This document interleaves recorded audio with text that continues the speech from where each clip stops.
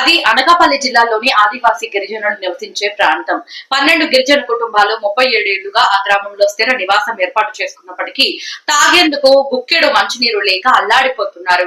గిరిజనులు నీటి అవసరాలు తీర్చేందుకు కనీసం బోరు కూడా లేకపోవడంతో ఊటగడ్డలపై ఆధారపడి జీవించవలసిన పరిస్థితి ఏర్పడింది.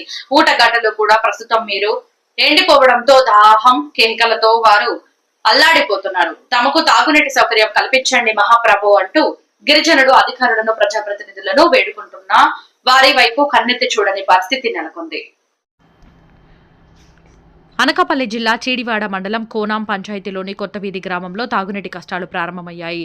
జిల్లా కేంద్రానికి సుమారు 42 కిలోమీటర్ల దూరంలో గల ఈ గ్రామంలో సుమారు 12 కుటుంబాలు ఆదివాసీ గిరిజనులు సుమారు 37 ఏళ్లుగా స్థిర నివాసం ఏర్పరచుకుని జీవిస్తున్నారు. గ్రామానికి విద్యుత్ సౌకర్యం కల్పించిన అధికారులు గత తెలుగుదేశం ప్రభుత్వ హయాంలో ఇలా కాలనీలో సైతం మంజూరు చేశారు. కానీ తాగునీటి సమస్య పరిష్కరించేందుకు బోరు కానీ పైప్లైన్ సైతం ఏర్పాటు చేయలేదు. దీంతో గ్రామస్తులు ఊటగడ్డ నీరు తాగుతూ దాహార్తిని తీర్చుకుంటూ అనారోగ్యాల పాలై ఆసుపత్రులు చేరుతున్నారు. ఇటీవల జల్ జీవన్ మిషన్ ద్వారా ప్రతి గ్రామంలో ప్రతి ఇంటికి నీటి సౌకర్యం కల్పించాలని ప్రభుత్వం ఆదేశాలు సైతం ఈ గ్రామంలో అమలు జరగలేదు. ఈ గ్రామానికి మంజూరైన మంచినీటి పథకాన్ని సైతం అధికారులు నిర్లక్ష్యంగా అమలు చేయలేదని ఆరోపణలు లేకపోలేదు.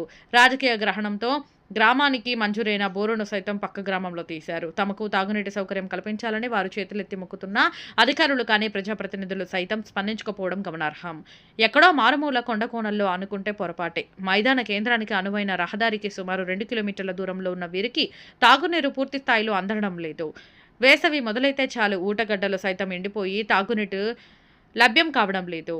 అధికారులు ఎప్పటికైనా స్పందించి తమకు తాగునీరు అందించాలని గ్రామానికి చెందిన బాలరాజు, చంటి, సత్యరావుతో పాటు గ్రామాలకు చెందిన మహిళలు కోరుతున్నారు.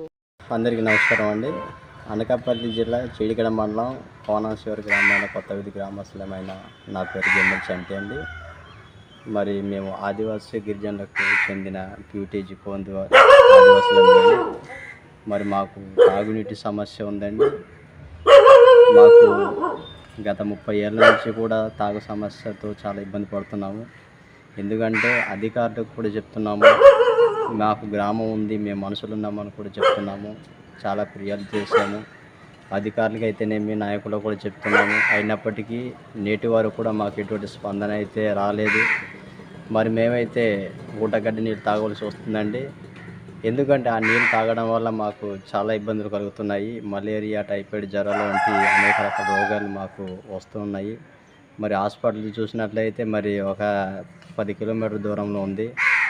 ఆ విధంగా కూడా మేము చెప్తున్నాము, మాకు తాగునీటి సమస్య ఉంది అని అధికారులు కూడా తెలియపరుస్తున్నామండి. కానీ నేటి వరకు కూడా ఎటువంటి మరి ప్రజాప్రతినిధులు కూడా, అధికారులు కూడా, నాయకులు కూడా మమ్మల్ని మరి పట్టించుకోవట్లేదు. తాగు సమస్యలు కూడా పట్టించుకోవట్లేదండి.